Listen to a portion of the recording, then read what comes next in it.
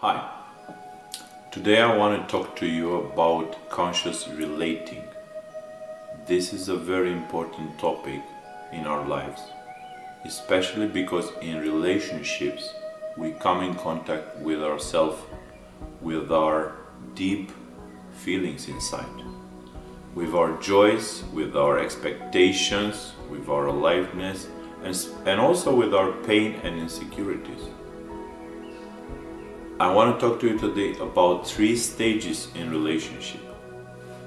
And first of all, I want to ask you and think about why actually do we want to be in a relationship? Some of you might say, I want to be in a relationship because I feel lonely.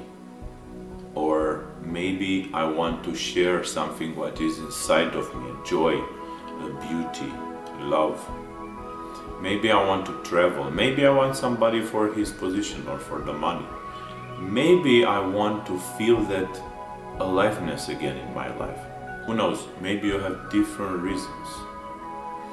But relating is a very important playground for meeting ourselves. And I want to talk to you today about misunderstanding, a very big misunderstanding in relationship, especially at the first part in when we meet somebody. We are in love, we feel an intensity, a connection, then we feel a lot of joy, a lot of energy, and we want to have that intensity 24 hours a day if possible, and all the life. And this is the problem, because we want to have this feeling, this intensity all day long and all life. This is a misunderstanding. We want to continue living in this high vibration. But this is not possible. Scientifically proven is that in maybe from 1 year to 3 years, this energy comes down. It cannot be all the time in this high vibration, high intensity. The hormones goes down. That's why I want to continue talking about the 3 phases in order to understand that this period is called honeymoon. But there are also another 2 stages in relationship.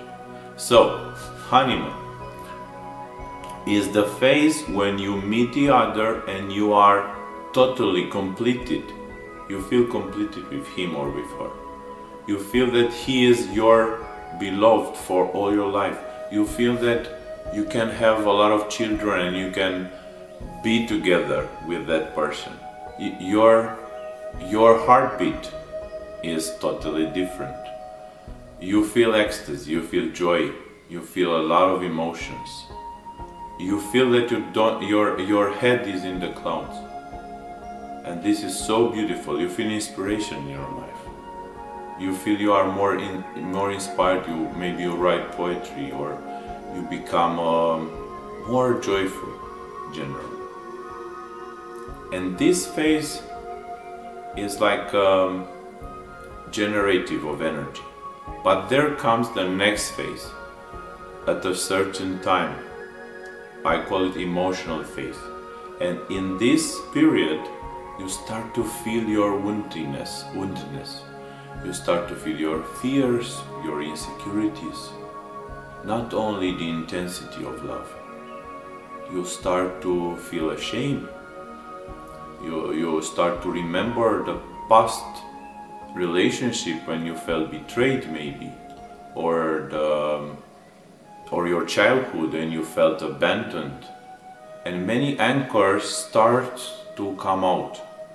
And this is a moment when you need to love yourself more in order to get through this stage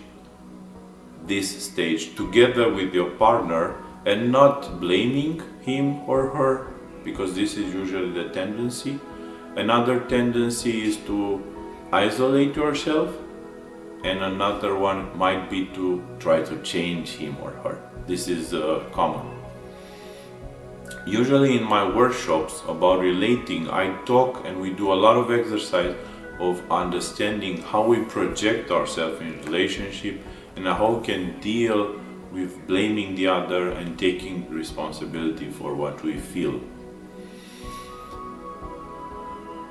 And there is also the third stage, when you start loving yourself more, and even when you are in fear and you feel shame and insecure, you start realizing that you can move on into love in a conscious way, in the same time feeling that fear and insecurity, and it's not a problem.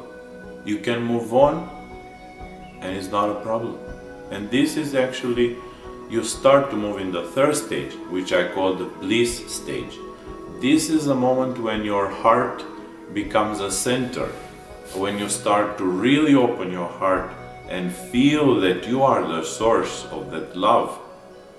The other might be a mirror for the love in your heart. You might feel that love is the source which can go in many directions. You can love a child, you can love an old man, you can hug a tree. You can love yourself even when you are in fear and insecurity. There are many ways to show love from your heart, from your center.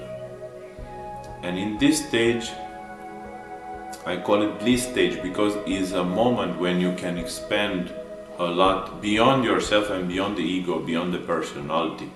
Is the level when the love becomes more global, more from personal maybe to impersonal, to just love, not personal love, or many call it unconditional love.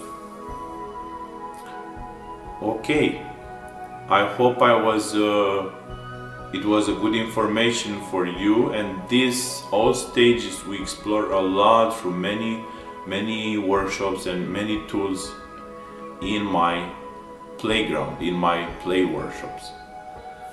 So thank you for listening, and have a good journey towards love. Thank you.